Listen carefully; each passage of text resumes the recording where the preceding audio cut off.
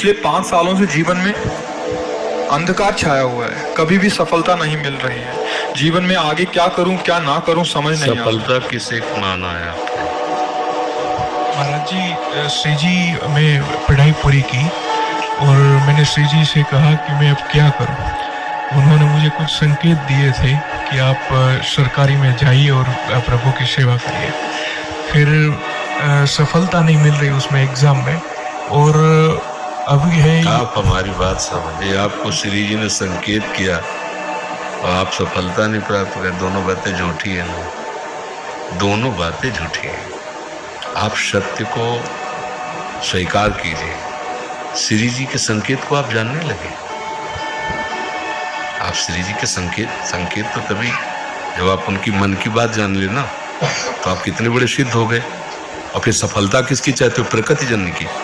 आप श्री जी के संकेत को जान जाओगे तो श्री जी के प्रेम की सफलता चाहोगे, लोकवत नहीं। और ये लोक की सफलता, सुनो पहले, प्रारब्ध के अधीन है। इसकी सफलता के लिए श्री जी से प्रार्थना मत करो।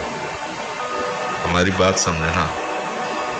विद्यारण्य जी एक बहुत बड़े महापुरुष हुए हैं।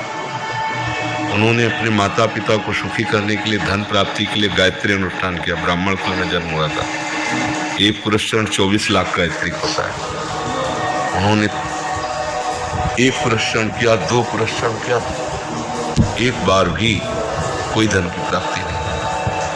आखिरी में उन्होंने संन्यास लिया, जीव संन्यास लिया। माता गायत्री प्रकट हो गई। उनका अब इंद्रासन भी मांगो तो आपका, तो बोले अब क्या जरूरत है, अब तो वैरागी हो गया, विरक्त हो गया।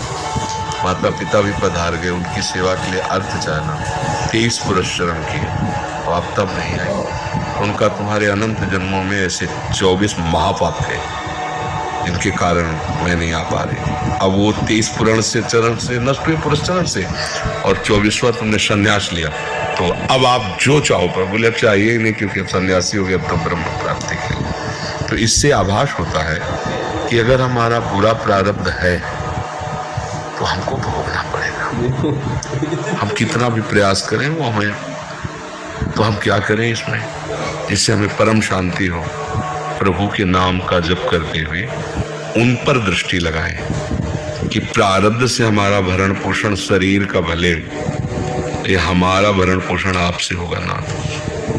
तो वो एक ऐसे हैं जो आपके प्रारब्ध को भी मिटा देंगे।